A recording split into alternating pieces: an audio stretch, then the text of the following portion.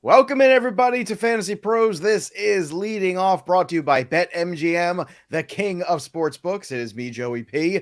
Joe Pizzapia. With me today is the Welsh, and it's a multiverse of madness on a Monday here, and that's just not alliteration. That's the way things are going. Who knows what might happen, who might play us later in the show. Maybe we'll ask Welsh who might play him in a different multiverse. That would be fun.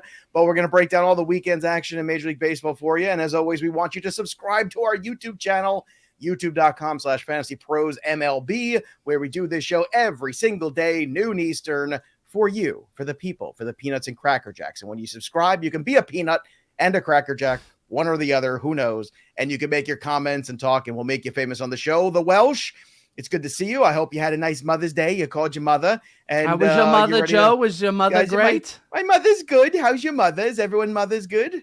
It was good. All the mothers are good. Actually, my mother and my wife's mother watched our kids while I took the mother of my kids out to Sedona, Arizona. I don't know if you saw my tweet also. We have this beautiful Airbnb, and it apparently had velociraptors there because we were sitting, and there was this sound coming out of this waterfall that was next to where we were staying, and we just looked at each other for hours trying to find what it was, and it was the creepiest velociraptor-y, or remember the dinosaur that goes and then spits on whatever the guys, the guy from Wayne Seinfeld? Knight. Yeah, exactly. Yeah, exactly. It was wild. So that was my Mother's Day. Dinosaurs. I saw your tweet. I didn't have the sound on my phone because I was sitting and watching TV with the kids. I was like, what is he talking about? I was like, I gotta go back to this later. So now I'm gonna definitely go back to it again. So and follow him at Is It the Welsh for Airbnb recommendations and other things as well. Apparently, if you're going to start here, hold on. Here it is. Oh, you can do it on the show. Oh my! This is at night. That's kind of terrifying.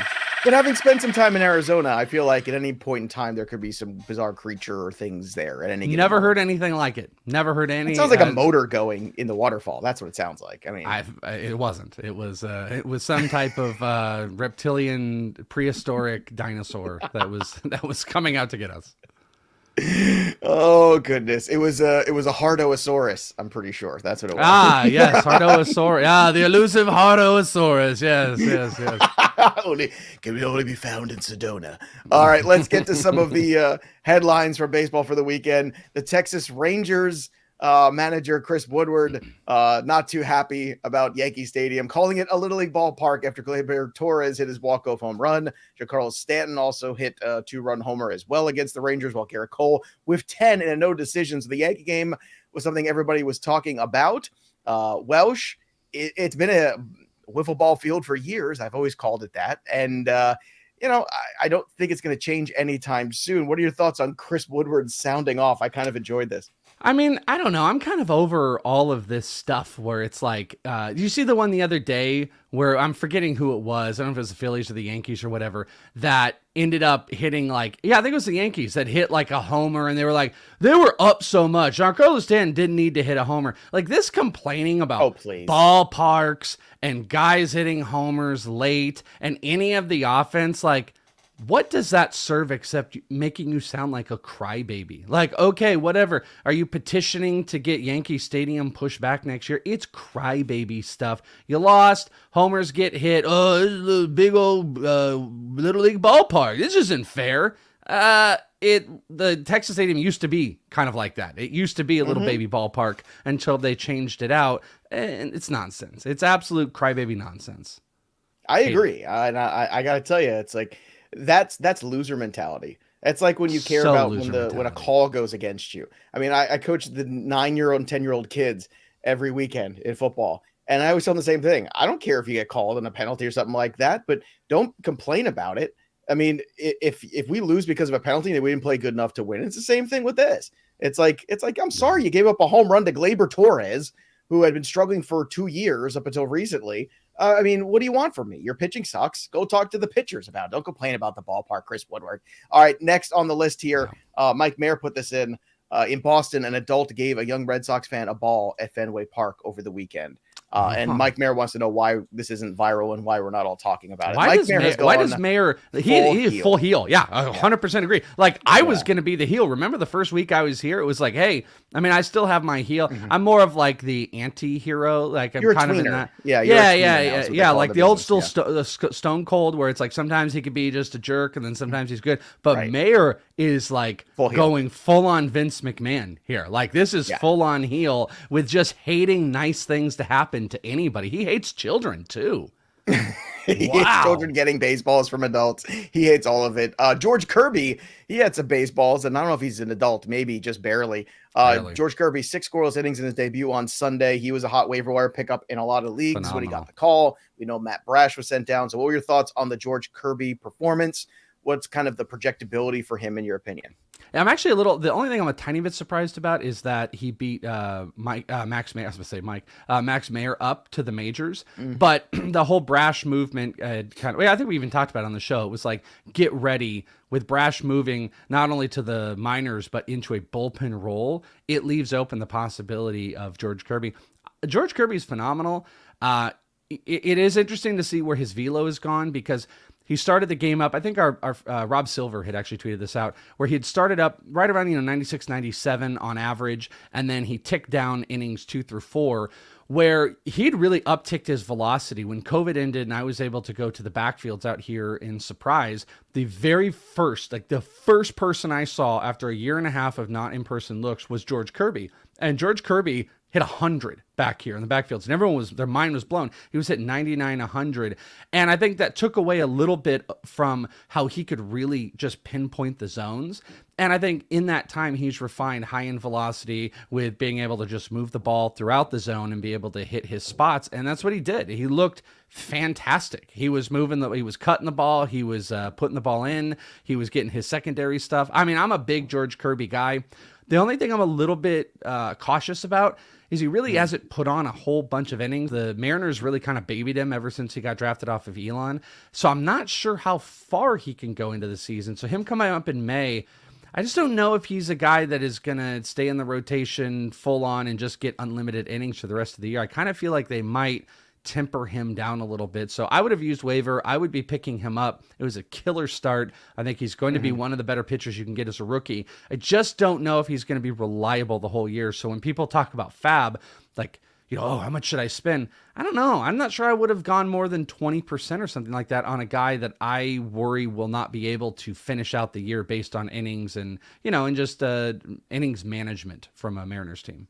No, that's fair in redraft leagues. I mean, we all know keeper dynasties are different, exactly. But in redraft leagues, I tend to agree with you. I mean, I think right now you always, by the end of June, you have to evaluate your pitching staff and say, how many innings realistically do I have? Yeah. And do I want to flip these guys that I have now for maybe guys that haven't pitched as well, but I think are going to pitch in August and September? So much more likely to move these rookie pitchers very early on to try to get and maximize my assets over everything else because of everything you just said. If I can go and get them for maybe underperforming pitchers, injured guys, Luis Castillo's about to come back, Jack Flaherty hasn't returned, in trades like those, that's what I would try to do. I mean, here's the other thing we don't fully know. This is kind of this new world of baseball where all the rookies are coming up early and they're being relied on. Could this change how teams manage their pitchers? Could management finally be a more understood thing? Possible, because under that circumstance, if you have a guy that if teams were more reliant on maybe just pushing one start, and then letting the guy finish out the year and not sending them down or shutting them down, that makes them like something I would want more, but we just don't know. We don't know how enough teams have moved into managing their young pitchers, or is there a new thought process with all the new collective bargaining agreements and take out manipulation a little bit more? Are teams willing to push these guys a little bit further with how the last couple of years have gone? And that could change it. But regardless of the point, I would still be the person that's trying to move some of these young pitchers in redraft. All right, before we move on to the rest of the headlines, I got to bring up this quote here from Wonky Penguin over in the chat. Mike Mayer would catch a foul ball and give it to someone else's kid just to teach his own son a lesson about evil. I agree. That is the winner of the day right there. I feel like he would take the ball from a kid and then throw it on the field.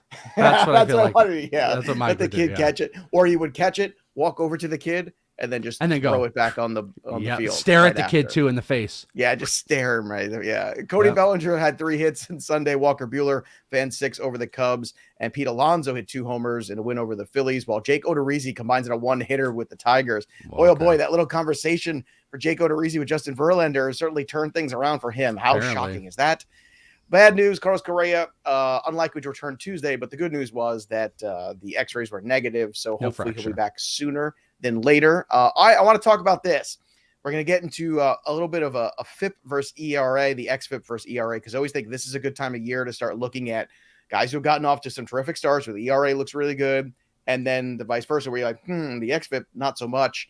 And to me, that's always where you're looking at pitchers where you have to be a little bit concerned about potentially when that all meets back up. So pitchers tomorrow are we're going to do FIP.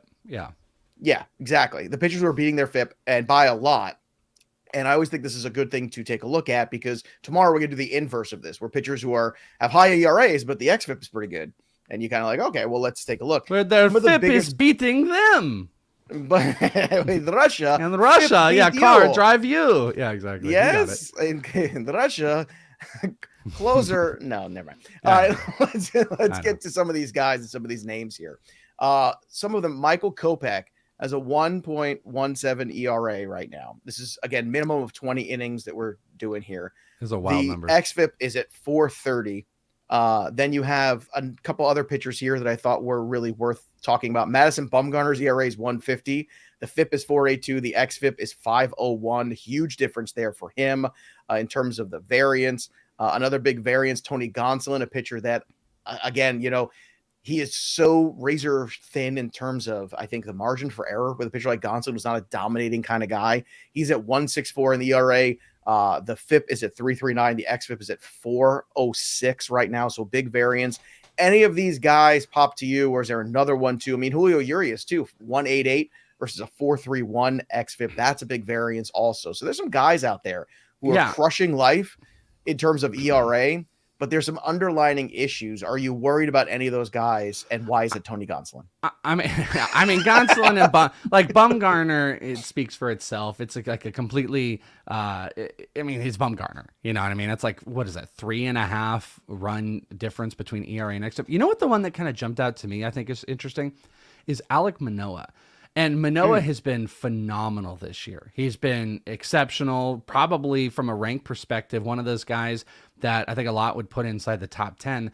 But I do look and I see he's got a 1.75 ERA, an xFIP of 3.63, which is not horrible by any means. That's not bad. Yeah. It's not. But I take a look at a couple other things. He's got an under 9K per 9, so it's not elite. There's nothing elite there. And also a very unsustainable left on base percentage of over 90%. Like, that will not stick.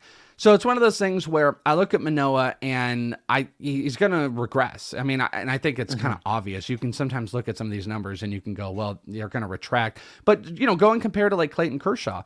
I would think, and I could be speaking out of turn here, I think a lot of people would value this season Manoah over Kershaw due to age, due to kind of some of the dominance. Sure. And Kershaw's got a small variant between ERA and xFIP. He's got a better K per 9. He's walking under 1 per 9. He's got a little bit more realistic left on base rate. It's one of those things where I don't think you're trying to unload a guy like Manoah, but you should know that the regression is going to come. Manoah is going to backtrack a little bit. And he's not, at least right now, exhibiting like some exception, like Eric Lauer. Like Eric Lauer's got like a 12K per 9 right now, or Corbin Burns, 11.6. Absolutely dominant. Yeah, it's an average K per 9 that's boosted up by 4 wins right now, and an unsustainable left on base rate. So like, he's going to come back down to earth a little bit. So what does that mean to you? Do you just hold on and go for the ride because, a 3.5 ERA with him, he's going to be great this year? Or do you sell at the height and, try to pick up some pieces? Maybe Manoah, maybe you could get a Kershaw plus a little bullpen arm or something like that. You never know what those trades can be. So I think a lot of these are kind of obvious names, especially when you put out like the Bumgarner and the Gonsolin. Like, those are guys that it's like you can't Kopech even was sell. the one that surprised me a little bit, to tell you the truth. Kopech was one that surprised me. Gonsolin did not, but Gonsolin's one where I look at it, and once again, a guy who pitches to contact a lot on a good team, I think has more value on the trade market than people realize. And I think Maybe in perception deeper wise leagues. is greater than reality when it comes to Gonsolin. So that's a pitcher and specifically that I would say, I'd love to move him with another guy and get somebody better that I just feel better about tomorrow. Like I said, we're going to do the inverse of these, but these are some of the guys to be a little aware of in terms of regression. Also, I want to talk about this because Buster Posey caught the first pitch, which was fun. His kids went out there to throw the first pitch this weekend. And then throwing a first pitch after that was Brian Wilson, the old crazy beard guy I haven't seen or heard about in a very long time, who is super entertaining. The beard is gone. He's replaced it with incredibly long hair. One of the great characters in baseball who I feel like completely disappeared off the grid, just showed up, and I'm here for it, Welsh. I thought this was super fun, man. You want to know a funny story? So I've worked in this building that is right next to a major hotel where ball players stay, basketball players, a lot of baseball players would stay. And one time, I'm like walking, it's just like this corridor down there where there's restaurants and stuff. And I'm walking down, and this is in the summer, and it is 109, 110, something like that out here in Arizona. It's absurd. It's absurd. And I'm walking down this long, like outdoor hallway, and it's just me and one person walk up. You can guess who that person was. And it's Brian Wilson. And as he walks up, Brian Wilson in let's just round it up to 110 degree weather, has full on jeans. He's got a button shirt that is open to his chest, and he's wearing a beanie with the long beard. And I knew who he was as I was walking up. I'm like, I could tell this was Brian Wilson. And he never looks at me. He looks straight ahead the whole time, and he's just walking. Mind you, his chest is out of his shirt, and he's wearing a beanie in 110 degree weather. And I was like, this is the most Brian Wilson moment probably of all time. He doesn't give me the time. Awesome. It doesn't even look and acknowledge that I think he looks ridiculous. He is full on buying into his bit. That's just like, it's like a wrestling bit, Joe. Like he fully bought into his he had gimmick. Theme music going on in his head. Yeah. I think that Mike Mayer probably would not approve of the children throwing out first pitches either. I imagine he would be against that. Probably infuriated him. Probably wrote a letter. Wrote a letter to the Giants. It was becoming like Chuck Norris things. You're like, Chuck Norris can do this. Now it's like, how heelish can Mike Mayer be? That's like the equivalent now of what we're doing. Here's a question for one of the Peanuts and the Cracker Jacks from Adam Schaum. Sell high on Pablo Lopez and Bregman for Jose Ramirez. That's a lot to give. I say too much. As great as Jose Ramirez is, Bregman and Pablo Lopez, those are two really good pieces. I would say no to this, even though Pablo Lopez has been great. I believe in Pablo Lopez, and pitching's hard to find. I'm a no for this deal. I get it if you want to make it. If it's a keeper league, I get it more. Your thoughts on this? I'm probably doing this. I mean, this is a first round. Like, if you want to break it down to rounds, this is the first round for a sixth and an eighth round, let's call it, valued player. Pablo Lopez has been phenomenal. He was on this ERA list. He has the second best ERA. Alex Bregman's not a sixth round player. Yeah. Well, like in a 12-man, he was going around like the 70, 80, 90s. He shouldn't have been. That was stupid. But he's not. I mean, 2 years ago, I was saying, he was breaking it down from player. there. Okay, 2 years ago. All right, well, Jose Ramirez this year is a first-round talent, been one of the best players. I don't think the gap is close between Bregman and Ramirez, but there are situations where I agree with you on this. If this is like a 16-team league or 20-team league, these are impossible type of trades. But you want to talk about the regression like we talked about. Pablo Lopez is one of those guys. He's almost got a 2-run differential between his ERA and xFIP. He's up at the top. He's number 2 in the league right now, an ERA at 1. But like the xFIP is 2.82. It's still sterling. Like it's still really great. Good. He's still good. He's been striking out guys. Bregman's been okay. But in a 10 to 12 team league, I'm going to do this for the advantage of Jose Ramirez, even though I would love to try to push back or get something back on it. Keeper league, might even be a little bit more difficult. Points league is it's even tougher with getting rid of Pablo Lopez. But I think I will. All right, let's do.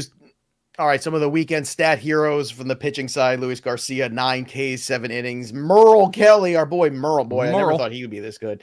8 Ks, 1 earned run. Boy, I wish I had a share of him. Eric Lauer, we talked about, continues to dominate. 8 Ks, 1 earned in 6 innings. Pablo Lopez, 8 innings, 5 Ks, 0 earned runs. Eduardo Rodriguez, I just wrote a thing last week about he's a guy that I would buy on for numerous reasons. The slow start last year, all this nonsense. He'll figure it out. He'll be fine as the weather heats up. And look at this. 8 Ks, 1 earned, 6 2/3. So buy if you can on Eduardo. Max Fried, 7 innings, 1 earned run, 8 Ks. You had Garrett Cole's good performance. Sean Manaea and Joe Musgrove both had 8Ks, and both came out pretty good. The hitting side, who was hot this weekend? Manny Margot was hot. Oy, Madon. 3 home runs this weekend for Manny Margot. And a stolen base. Colin Moran had 2 home runs. Pete Alonso had 2. Mookie Betts had a home run and 5 ribbies. So did Brandon Drury. Dylan Carlson, 4 for 10 and a homer. Is Dylan Carlson showing some signs of life here, Welsh? That might be some signs of life. Remember, at the beginning of the year, too, this team was willing to drop him and pop him at the leadoff spot, which made his value phenomenal. He's now up, though, to 220 with 1 homer and 1 stolen base. Low K rate, which, again, I think whenever I see these guys that are struggling, but I see really low K rates and walk rates that are kind of skewed. Well, the walk rate to me, the high walk rate is always something, because whenever you see a guy, I always used to say this on the Daily Fantasy Show, whenever a guy starts walking who's been struggling, to me, that's always like the beginning of the breakout, because he's starting to get disciplined again. He's starting to wait for good pitches to hit. That is always the first indicator. So when you see that walk rate tick up, or you see a guy, he went 0 for, 2, but he had 2 walks on the day. Yeah, that's a good sign. So go ahead, Walsh. But that's a, and the walk rate's it's a little skewed, but it's starting to come back up with a insanely low strikeout rate. He had a 24, almost 25% if we round up a K rate last year. It's only at 16.5% right now with a really low BABIP, around 250. He was like a 330 guy last year. So I do think these are signs. The only thing, though, is he really needs to pick it up, because you got like Juan Yepez, who is starting to heat up. You've got guys like Lars Nootbaar, who are waiting in the wings. And you've also got Nolan Gorman coming up positionally to move all around. But I think they're committed, and I think I am. I think I'm encouraged by it, but I'm not going nuts. And even right there, I point out the villain, Mike Mayer, even pointed out that Carlson's swing rates are way up. He's swinging everything. But I think that was a lot of early on stuff. I think we might be slowing down. And I'd point out, if you have kind of swinging at everything, crazy swing rates with low K rates, that's actually kind of a good thing. I mean, not that he's swinging at everything. He's got to adjust. But if those aren't coming with insane K rates, like, I don't know, Jared Kelnick or something like that, I think that's encouraging to the future. But Dylan Carlson is also, I've never been the biggest guy on him. People went nuts. Oh, you're going to be a 30-30 guy. I just think the stolen base and the homer rates are overinflated. I don't think he's that exciting. I mean, Manny Margot has been exceptionally more valuable than him. I think he's in a long line of underwhelming St. Louis Cardinal outfield prospects between Grichuk, Piscotty. I mean, we could do this for days with those guys. They are just like a factory for mediocre outfielders over the years. Ronald Acuna, 2 home runs, 2 stolen bases. So much for slow to steal bases again. Ronald Acuna, what a joke that is. Jared Kelnick, as aforementioned, 1 home run and a stolen base, 3 for 8 over the weekend. Fingers crossed things get better for him. Freddie Freeman was 6 for 12. Devers 6 for 11. And the Franimal, don't look now, kids, 6 for 10, 1 home run. Stat zeros, 8 earned runs for Steven Matz. Shane Bieber, 7 earned runs, 0 strikeouts. What up with that? Ooh, well, what up with that would be, remember those low spin rates and that big velo dip, and he wasn't getting hit up early? Now he's getting hit up, and they're taking advantage of it. Ball might be flying a little bit as the weather's uncooling off and heating up a little bit. I am not the biggest Bieber guy. I really wish I wasn't preseason, but this is a bad warning sign. I don't know if you can get out from under Bieber right now, even at all, after a bad one like this, because people have been waiting for this. But, maybe he'll heat up off a couple, and then maybe you can move him if you are worried. I'm a bit worried, as I have been since the start of the year. Aaron Ashby, 6 earned runs. Diego Castillo, 0 innings pitched. Didn't get 1 out, but gave up 5 earned runs. Good job, Diego. Mitch Keller, 5 earned runs. Spring training darling, turning into a pumpkin. Lorenzen with 5 earned. And here we go. The zeros on the hitting side for the weekend. Here you go. You ready for this? Chris Taylor, 1 for 11, 8 strikeouts. Brett Phillips, 0 for 8, 8 strikeouts. The perfect weekend. That's tough to do. Just fantastic, Brett Phillips. I mean, why would we want to put a ball in play? Why would we? What is that? You know, what did I say? Like the golden sombrero is like what? 0 for 4. I don't know. What is that's like a platinum sombrero if you get 8, because that's 4 each time. It's like a space suit. It's a space helmet. 8, yeah. Space helmet. It's a platinum sombrero. Tyler Naquin, 1 for 10 with 7 Ks. I dropped him today in a league. Trevor Story, 1 for 12, 6 Ks. Again, we talked about Trevor Story last week. It's not been good. Seiya Suzuki, I told you so, 2 for 10, 5 strikeouts. Kyle Tucker had a bad weekend as well. Rendon, 2 for 13. And Rowdy Tellez, Oh, Rowdy went south 2 for 13 over the weekend, 3 Ks, but that was bound to happen because he was so hot. Yeah. Let's get to the home run board, shall we, and see who is at the top of it. And there it is. Night King in the North still at the top with 12. All I do is win at 11. JP is still at 11 as well. And D Bloom is at 10. So those are our double-digit people. And looking forward to the rest of these. I did pull, by the way, I want to point out, I did pull off a homer on Friday with my Luis Robert. He hit a bomb, and that would be number 5. So I'm up at 5. I can't get on the board yet. Get that too? Did you both have that? So I can't. No, we had Schwarber the day before. Mayor picked somebody. Oh, that's else, what it was. so. Right. Okay. De Bloom actually got 2 home runs from Eugenio Suarez of all people. And Florange Sox had 2 home runs from Brandon Lau to move up to 9. So good job on y'all. Let's get to the prop bets here. And again, use that promo code leading off and download BetMGM, the king of sportsbooks. $10 to bet.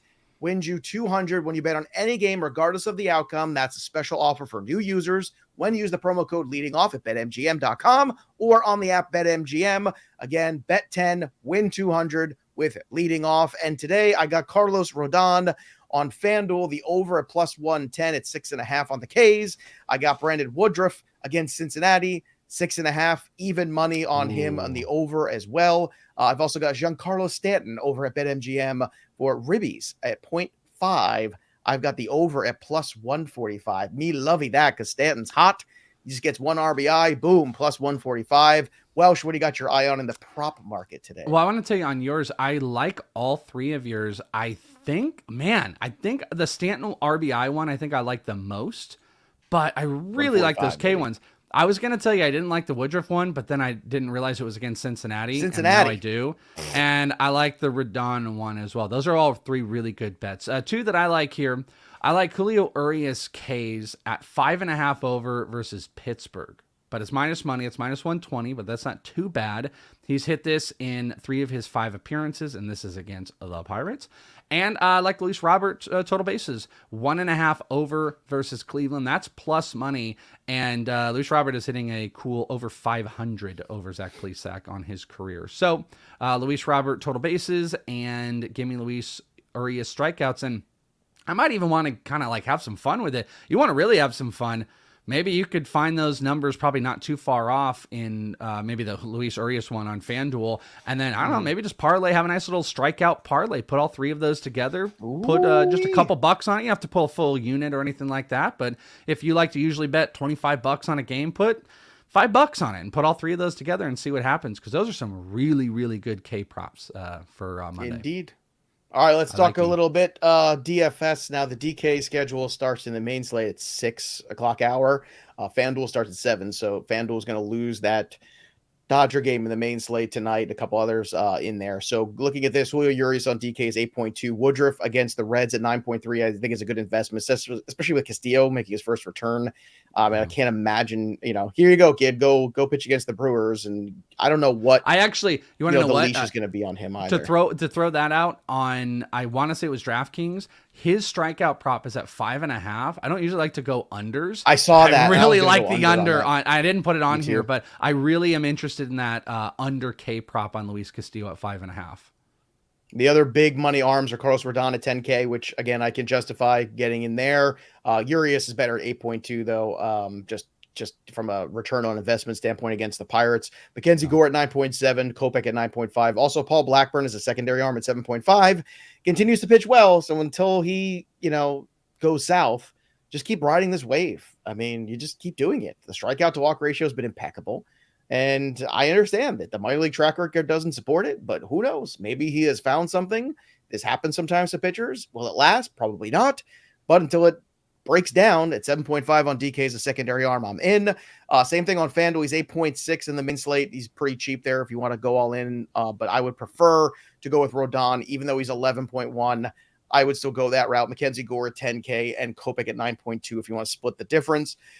Tonight, the lineup builders on DK, AJ Pollock 3.7, Sheldon Noisy at 3.8, Rhys Hoskins at 3.7. And then on the FanDuel side, David Peralta just 2.5, Joey Wendell hitting cleanup 2.5, and Ramon Laureano at 2.6. For me, I'm going against Chris Flexen today with my home run call. Give me Bryce Harper That's who I want. Chris Flexen, number 2 in the league in terms of giving up fly balls. I think one of them goes over the fence for Bryce Harper today. He's my pick. Welsh, who are you going with for your home run call? I'm going with big bad Giancarlo Stanton, who has got a little bit of a track record in 11 plate appearances versus John Gray. 3 of those are extra base hits, and it is just Giancarlo Stanton. Big power against John Gray, who give up some homers. There you have it. Mike Mayer's doing Mike Trout tonight. That's his call.